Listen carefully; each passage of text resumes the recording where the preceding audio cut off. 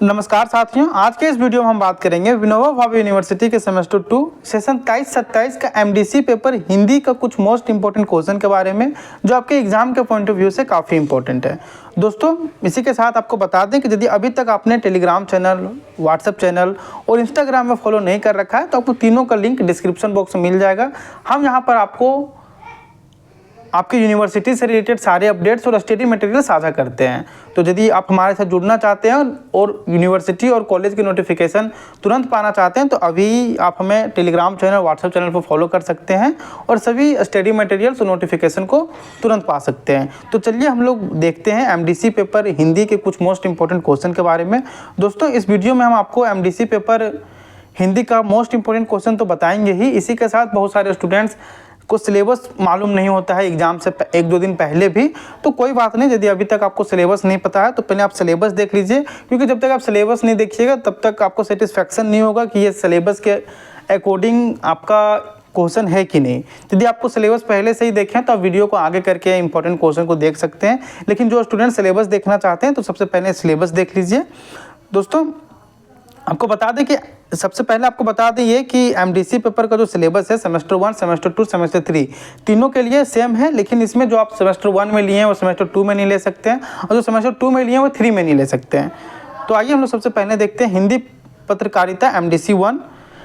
जो आपका MDC 1, MDC 2, MDC 3 तीनों का सिलेबस सेम ही है। दोस्तों, यहाँ पर देख सकते हैं सेमेस्टर 1, 2, 3 सिलेबस सभी का सेम है। इकाई 1 में आपको पढ़ना है हिंदी पत्रकारिता परिभाषा, प्रकार एवं उद्भव विकास के बारे में। इसके बाद पढ़ना है झारखंड की हिंदी पत्रकारिता का उद्भव विकास के बारे में। इकाई 2 में पढ़ना है समाचार संचयन, समाचार संपादन, समाचार लेखन, फीचर, शीर्षक चयन और लेखन। इकाई 3 में पढ़ना है आपको समाचार वाचन और समाचार संयोजन। दोस्तों, ये सारे क्या होते हैं आप देख सकते हैं। और दोस्तों, आपको बता दें कि हम इस वीडियो में आपको इंपॉर्टेंट क्वेश्चन के साथ साथ इन सारे टॉपिक्स का डिटेल्ड नोट्स भी लिख रखा है, ताकि आप सबसे पहले नोट्स पढ़ लीजिए, उसके बाद इंपॉर्टेंट क्वेश्चन को लगाइए तो आपको क्लैरिफिकेशन मिलेगा और आप सेटिस्फाइड होइएगा कि हम कर सकते हैं। तो हम आज के इस वीडियो में नोट्स तो नहीं देखेंगे, हम लोग डायरेक्ट इंपॉर्टेंट क्वेश्चन को देखेंगे। आप इस PDF को हमारे टेलीग्राम चैनल VIVIO अपडेट से डाउनलोड करके पूरा देख सकते हैं। तो चलिए हम लोग देखते हैं इंपॉर्टेंट क्वेश्चन को।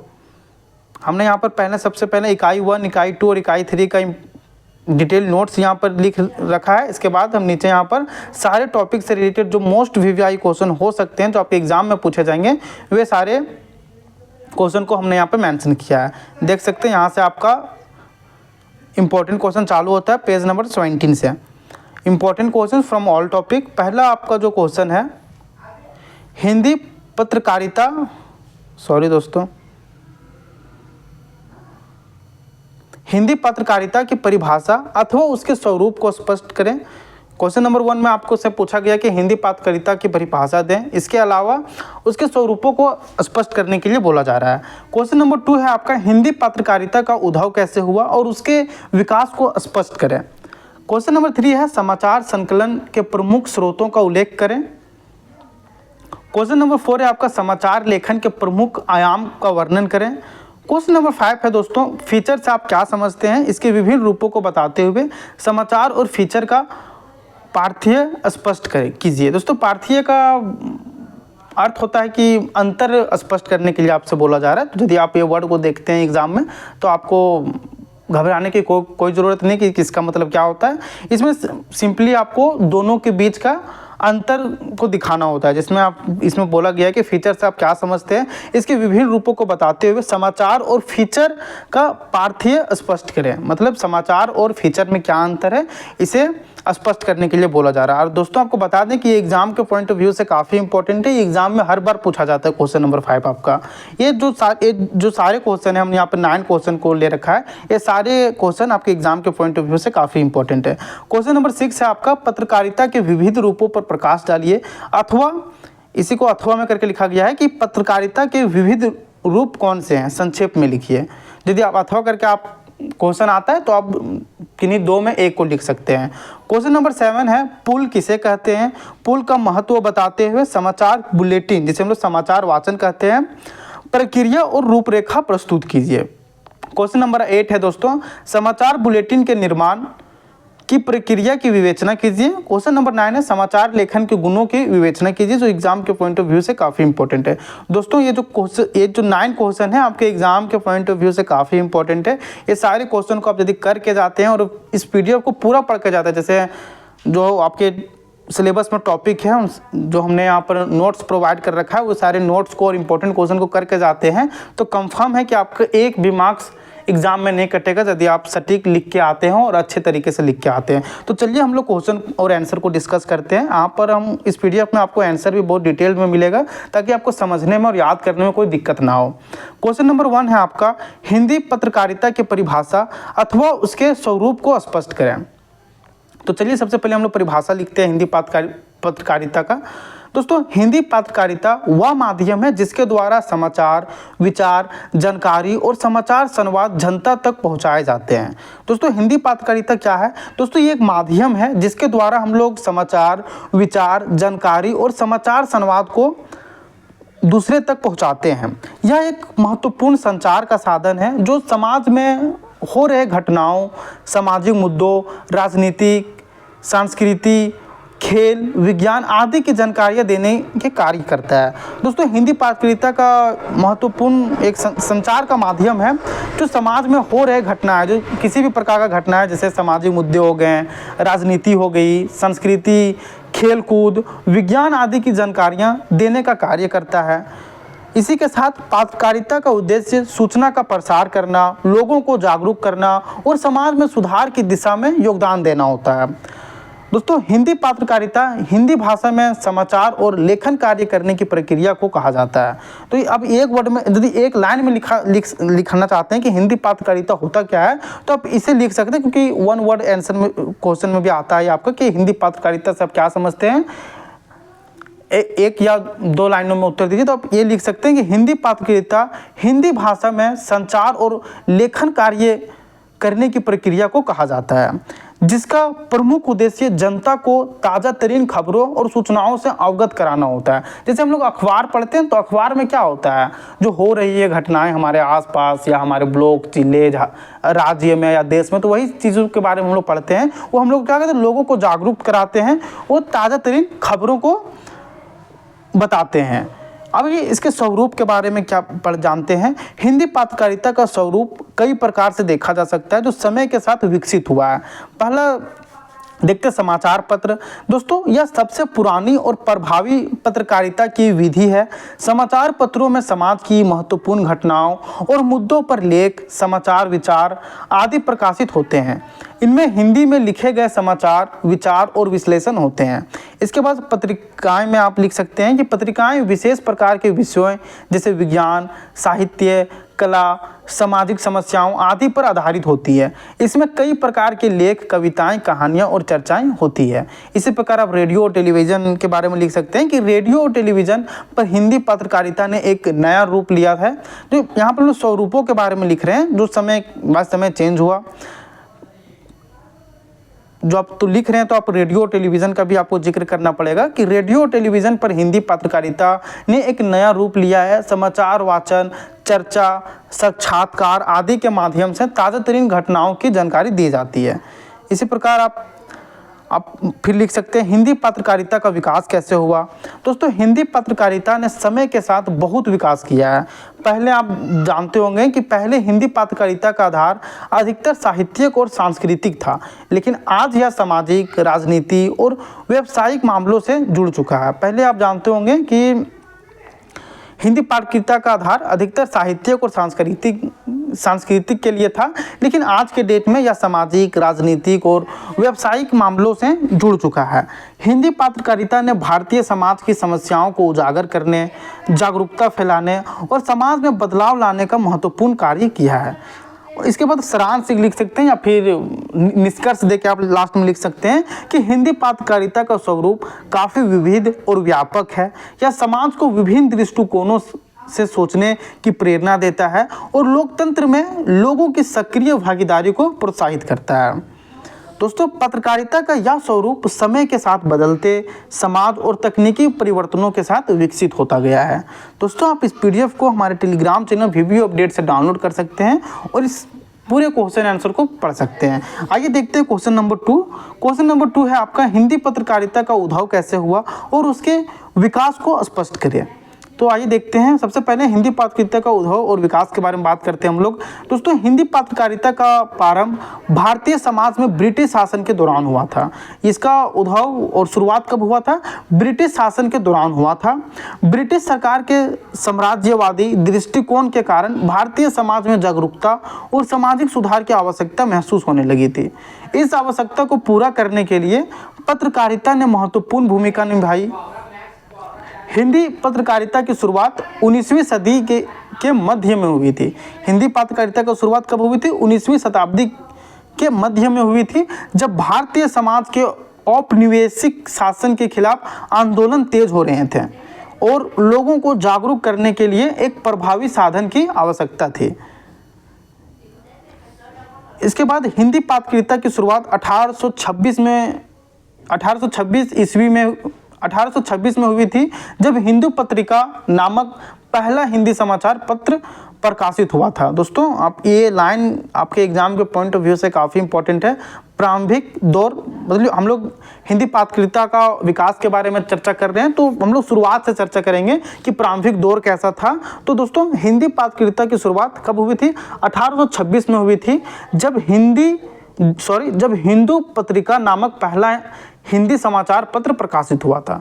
इसके बाद कई अन्य पत्रिकाएं और समाचार पत्र प्रकाशित होने लगे। इस समय के प्रमुख समाचार पत्रों में उदंत माद्रन जो 1826 में प्रकाशित हुई थी, और समाचार दर्पण जो 1832 और प्रयाग संदेश जो 1847 शामिल थे। इन पत्रिकाओं का उद्देश्य मुख्य रूप से सामाजिक जागरूकता फैलाना और भारतीय समाज की परेशानियों को ब्रिटिश सरकार के सामने लाना था। दोस्तों, इन सारी पत्रिकाएं का मुख्य उद्देश्य क्या था कि जो हो रही अत्याचार है उसे ब्रिटिश सरकार के सामने लाना। आप देख सकते हैं, इन पत्रिकाओं का उद्देश्य मुख्य रूप से सामाजिक जागरूकता फैलाना था और भारतीय समाज की परेशानियों को ब्रिटिश सरकार के सामने लाना था। इसके बाद आप लिख सकते हैं, हिंदी पत्रकारिता का सामाजिक और सांस्कृतिक योगदान क्या रहा। दोस्तों, हिंदी पत्रकारिता ने समाज में जागरूकता फैलाने, संस्कारों और संस्कृति की रक्षा करने और जन संवाद को बढ़ावा देने में महत्वपूर्ण भूमिका निभाई। इस समय में कई प्रमुख पत्रकारों और विचारकों ने अपनी लेखनी के माध्यम से सामाजिक सुधारों का समर्थन किया। विशेष रूप से राम मोहन राय, दयानंद सरस्वती और कविश्वर गोविंद जैसे महान विचारकों ने अपने लेखों और पत्रिकाओं के माध्यम से भारतीय समाज में सुधार की दिशा में योगदान दिया। दोस्तों, ये नाम काफ़ी इम्पोर्टेंट है, जैसे आपका है राम मोहन राय, दयानंद सरस्वती और कविश्वर गोविंद जैसे महान विचारकों ने अपने लेखों और पत्रिकाओं के माध्यम से भारतीय समाज में सुधार की दिशा में योगदान दिया। इन्होंने जो भारत में हो रहे अत्याचार है उसे उजागर करने में इन लोगों का बहुत बड़ा योगदान रहा, जैसे राम मोहन राय, दयानंद सरस्वती और कविश्वर गोविंद जैसे लोग। दोस्तों, नोट्स में हमने इसके जो MCQs हैं और 1 वर्ड क्वेश्चन है ये सारे को मेंशन किया है, तो वहाँ से देख सकते हैं, ताकि आपको पता होगा कि ग्रुप ए और ग्रुप बी में क्वेश्चन आता है तो ग्रुप ए का क्वेश्चन नंबर 1 में आपको 1-1 मार्क्स के 5 प्रश्न देखने के लिए मिलते हैं, जिसमें आपको 1 वर्ड में आंसर देना होता है। तो यही सारी चीज़ें आपसे पूछी जा सकती है। आइए अब बात करते हैं विकास के बारे में। ये तो हो गया उद्भव के बारे में। अब इसका विकास कैसे हुआ, ये विकसित कैसे हुआ। दोस्तों, स्वतंत्रता संग्राम के दौरान हिंदी पत्रकारिता का विकास विशेष रूप से स्वतंत्रता संग्राम के दौरान हुआ।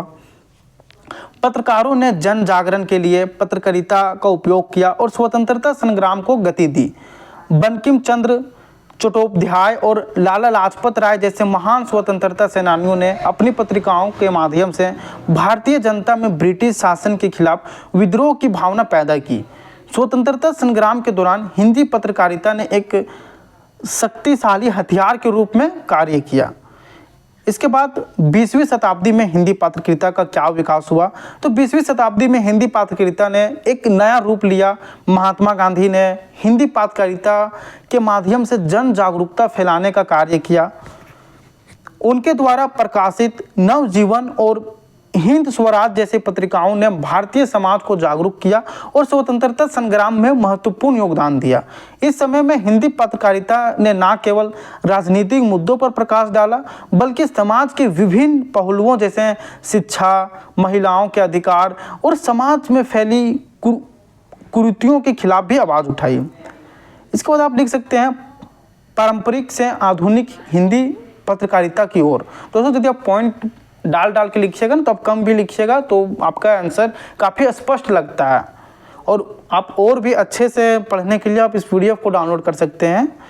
तो आइए देखते हैं हम लोग थर्ड पॉइंट जो है पारंपरिक से आधुनिक हिंदी पत्रकारिता की ओर। दोस्तों स्वतंत्रता के बाद हिंदी पत्रकारिता में नई दिशा आई। अब हिंदी समाचार पत्रों और पत्रिकाओं का उद्देश्य न केवल सामाजिक और राजनीतिक मुद्दों को उठाना था बल्कि जनता की आवश्यकताओं को भी ध्यान में रखते हुए मनोरंजन, खेल, विज्ञान और जीवन शैली से संबंधित समाचार भी प्रकाशित करने लगे। दोस्तों स्वतंत्रता के बाद हिंदी पत्रकारिता में नई दिशा आई। मतलब पहले होता था ना कि सिर्फ सामाजिक और राजनीतिक मुद्दों को प्रकाशित किया जाए, लेकिन स्वतंत्रता के बाद में सभी चीज़ों को ध्यान में रखते हुए मनोरंजन, खेल, विज्ञान और जीवन शैली से संबंधित समाचार भी प्रकाशित करने लगे। जैसे दैनिक जागरण हो गया, जनसत्ता और राजस्थान पत्रिकाएं जैसे समाचार पत्रों ने हिंदी पत्रकारिता को एक नया मोड़ दिया। इसके बाद आप देख रहे होंगे डिजिटल युग आ गया। डिजिटल युग में हिंदी पत्रकारिता कैसे विकास हुआ ये सब आप लिख सकते हैं। जैसे आज के समय में इंटरनेट और डिजिटल मीडिया के आ जाने से हिंदी पत्रकारिता ने एक नया और तेज रूप लिया है। सोशल मीडिया, ब्लॉग्स और ऑनलाइन समाचार पोर्टल्स जैसे भास्कर, APP न्यूज़ और न्यूज़ 18 ने हिंदी पत्रकारिता को एक नए आयाम तक पहुंचाया है। देखिए ये नाम काफ़ी इंपॉर्टेंट है। यदि आप इन सारे नामों को आप आंसर में जिक्र कीजिएगा तो कॉपी जो चेक करेंगे उन्हें लगेगा कि आप सच में जानते हैं। देखिए आज आप लिख सकते हैं इस प्रकार के से कि आज के समय में इंटरनेट और डिजिटल मीडिया के आ जाने से हिंदी पत्रकारिता ने एक नया और तेज़ रूप लिया है, जिसमें आप लिख सकते हैं सोशल मीडिया, ब्लॉग्स और ऑनलाइन समाचार पोर्टल जैसे भास्कर, APP न्यूज़ और न्यूज़ 18 ने हिंदी पत्रकारिता को एक नए आयाम तक पहुंचाया है। डिजिटल पत्रकारिता में हिंदी ने तेज़ी से विकास किया है, जिससे अधिक से अधिक लोग इंटरनेट के माध्यम से हिंदी समाचार और विचार पढ़ सकते हैं। तो आप देख सकते हैं किस प्रकार विकास हुआ। पहले जहाँ साहित्य के बारे में अखबारों में बताया जाता था इसी स्वतंत्रता से पहले, फिर धीरे धीरे समय बीता तो फिर स्वतंत्रता के बाद उसमें मनोरंजन, खेल, विज्ञान और जीवन शैली से संबंधित समाचार भी प्रकाशित होने लगे हैं। फिर आज के युग में, डिजिटल युग में आप देख सकते हैं कि बहुत सारे लोग अपने मोबाइल से या सोशल मीडिया के माध्यम से खबरों को जानते हैं, जिसमें से आप भास्कर लिख सकते हैं, APP न्यूज़ और न्यूज़ 18 ने हिंदी पत्रकारिता को एक नया आयाम तक पहुंचाया। जो लोगों को अब लोग बहुत, जब से डिजिटल हुआ है तो लोग बहुत कम ही अब अखबार पढ़ते हैं। जो भी न्यूज़ आते हैं सबसे पहले वे अपने मोबाइल में देख लेते हैं या कोई पोर्टल में देख लेते हैं, ब्लॉग्स में देख लेते हैं कि क्या हो रहा है कि नहीं। तो इसी चीज़ को भास्कर, APP न्यूज़ और न्यूज़ 18 ने इसे डिजिटल युग में बहुत ही अच्छे तरह से विकसित किया। और भी आप बहुत से नाम लिख सकते हैं चैनल का, आप 2-3 चैनल का जिक्र कर दीजिएगा तो काफ़ी है। अब लास्ट में फिर निष्कर्ष लिख सकते हैं कि हिंदी पत्रकारिता का विकास अत्यधिक प्रभावशाली और परिवर्तनशील रहा है। इसका प्रारंभ समाज सुधार के उद्देश्य से हुआ था और आज यह एक शक्तिशाली माध्यम बन चुका है। दोस्तों ये शुरुआत क्यों हुआ था? क्यों हम लोग समाज को सुधार सकें, समाज को जागरूक कर सकें। लेकिन आज के डेट में यह शक्तिशाली माध्यम बन चुका है जो लोगों तक सूचनाएं पहुंचाने के साथ साथ समाज में सुधार और जागरूकता फैलाने का कार्य करता है। क्योंकि जो भी कुछ हमारे देश में कुछ बड़ा हो रहा हो तो और कुछ अनहोनी भी घटने वाला हो तो उसके माध्यम से, मतलब अखबार के माध्यम से या फिर सोशल मीडिया के माध्यम से लोगों को जागरूक किया जाता है। तो यही चीज़ को हमने यहाँ पे लिखा है। इसी के साथ भारतीय समाज में पत्रकारिता ने न केवल राजनीतिक दृष्टिकोण से महत्वपूर्ण भूमिका निभाई बल्कि समाज के विभिन्न पहलुओं पर ध्यान केंद्रित करते हुए सामाजिक जागरूकता, संस्कृति और शिक्षा के प्रसार में भी अहम भूमिका निभाई है। क्वेश्चन नंबर 3 है दोस्तों, समाचार संकलन के प्रमुख स्रोतों का उल्लेख कीजिए। समाचार संकलन एक ऐसा प्रक्रिया है जिसमें पत्रकार और संवाददाता विभिन्न माध्यमों और स्रोतों का उपयोग करके सूचनाओं एकत्र करते हैं। ये स्रोत समाचारों को सटीक, प्रामाणिक और व्यापक बनाने में मदद करते हैं। समाचार संकलन के प्रमुख स्रोत निम्नलिखित है, जिसमें से आप पहला लिख सकते हैं प्राथमिक स्रोत, जिसे हम लोग प्राइमरी सोर्स बोलते हैं। दोस्तों, जिसे आप पॉइंट डाल के लिख सकते हैं आंखें देखी घटनाएं। पत्रकार द्वारा किसी घटना या स्थिति को सीधे देखकर या अनुभव करके समाचार तैयार किया जाता है। इसके बाद घटना स्थल से सूचना, मतलब को वहां से यदि सूचना दे तो उस प्रकार का सूचना। किसी आपदा, प्रदर्शन, खेल या अन्य घटना के दौरान मौके पर उपस्थित संवाददाता द्वारा रिपोर्ट की गई जानकारी। इसके बाद साक्षात्कार, प्रमुख व्यक्तियों, विशेषज्ञों या प्रत्यक्षदर्शियों से बातचीत के माध्यम से जानकारी प्राप्त की जाती है। तो ये होता है आपका समाचार संकलन के प्रमुख स्रोतों का उल्लेख। और भी हैं, ये पहला में तो आप तथा प्राथमिक स्रोत, जिसमें आप लिख सकते हैं आंखें देखी घटनाएं। इसके बाद घटना स्थल से सूचना। घटना स्थल से सूचना, जैसे कोई घटना स्थल में मीडिया का आदमी है तो वे सूचना देती है कि यहाँ पर इस प्रकार हुआ, तो फिर वो न्यूज़ वाला उसे प्रकाशित करता है या फिर उसे टीवी में दिखाता है। इसके बाद है साक्षात्कार में आप लिख सकते हैं प्रमुख व्यक्तियों, विशेषज्ञों या प्रत्यक्षदर्शियों से बातचीत के माध्यम से जानकारी प्राप्त की जाती है। इसके बाद आप दूसरा सोर्स में लिख सकते हैं द्वितीयक स्रोत, जिसे हम लोग सेकेंडरी सोर्स बोलते हैं, जिसमें आप लिख सकते हैं सरकारी रिपोर्ट। इसके बाद लिखते हैं अन्य मीडिया, ये सब डाल के फिर आप कुछ लिख सकते हैं, जैसे सरकारी विभागों, मंत्रालयों और संस्थानों द्वारा जारी रिपोर्ट और आंकड़े समाचार का आधार बनते हैं। इसके बाद अन्य मीडिया, जैसे रेडियो, टीवी, अखबार और ऑनलाइन पोर्टल्स के माध्यम से प्राप्त समाचारों को क्रॉस वेरीफाई किया जाता है। इसके बाद है समाचार एजेंसियां। समाचार एजेंसियां जैसे press trust of India, United news of India और रॉयटर्स पत्रकारों को विभिन्न राष्ट्रीय और अंतर्राष्ट्रीय मुद्दों पर समाचार प्रदान करती है। फिर इसके बाद लिख सकते हैं सरकारी और सार्वजनिक स्थान, जैसे पुलिस विभाग दुर्घटना, अपराधों और कानून व्यवस्था से संबंधित सूचनाएं देती है। स्वास्थ्य सेवाओं, महामारी और आपदाओं से संबंधित जानकारियां देती है। इसी प्रकार आप लिख सकते हैं दोस्तों। फिर आप यहाँ पर पॉइंट देखिए, जैसे आप लिख सकते हैं प्रेस रिलीज, सामाजिक मीडिया जैसे सोशल मीडिया प्लेटफॉर्म जैसे फेसबुक, ट्विटर और इंस्टाग्राम अब एक बड़ा स्रोत बन चुका है। यहाँ से ट्रेंडिंग विषय और घटनाओं की जानकारी मिलती है। इसके बाद जनता और जनसंपर्क, लोग अक्सर किसी घटना की जानकारी मीडिया को देते हैं, जिसके बाद संस्थानों और कंपनियों के PR अधिकारी अपनी संस्थान से संबंधित जानकारियाँ प्रदान करते हैं। इसके बाद पुरालेख और रिकॉर्ड, जिसे हम लोग बोलते हैं आर्कीव्स एंड रिकॉर्ड्स, पुराने दस्तावेज, रिकॉर्ड और ऐतिहासिक डेटा का उपयोग पृष्ठभूमि जानकारी के लिए किया जाता है।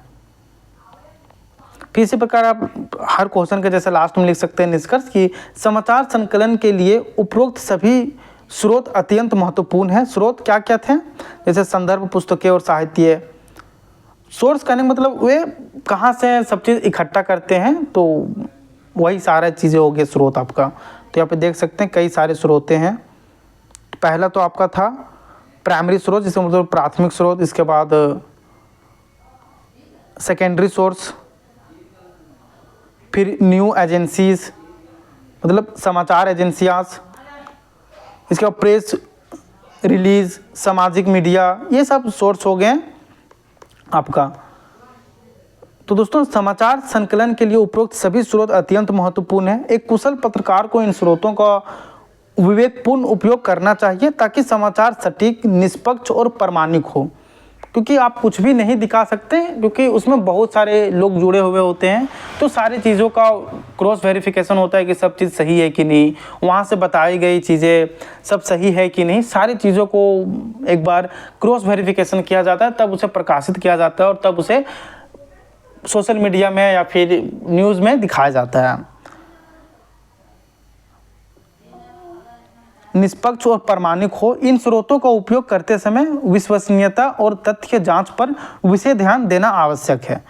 इसके बाद क्वेश्चन नंबर 4 है दोस्तों, समाचार लेखन के प्रमुख आयाम का वर्णन कीजिए। दोस्तों, इन बाकी के क्वेश्चन को आप हमारे PDF को डाउनलोड करके पढ़ सकते हैं। दोस्तों, आंसर आपका बहुत ही सरल लैंग्वेज में दे दिया गया है। आप 1 से 2 बार पढ़िएगा तो आपको सारे आंसर समझ में आ जाएंगे। क्वेश्चन नंबर 4 हो गया ये आपका।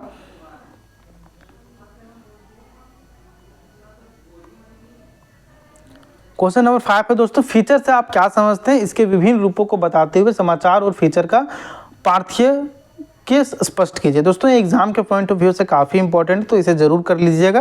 दोस्तों जो हमको 9 क्वेश्चन बताए हैं वो सारे यूनिट से हैं, यूनिट 1, यूनिट 2, यूनिट 3, तीनों से जो वेरी इंपॉर्टेंट क्वेश्चन बन सकते हैं वे सारे क्वेश्चन को हमने यहाँ पे मेंशन किया है। तो आप इन सारे क्वेश्चन को जरूर कर लें।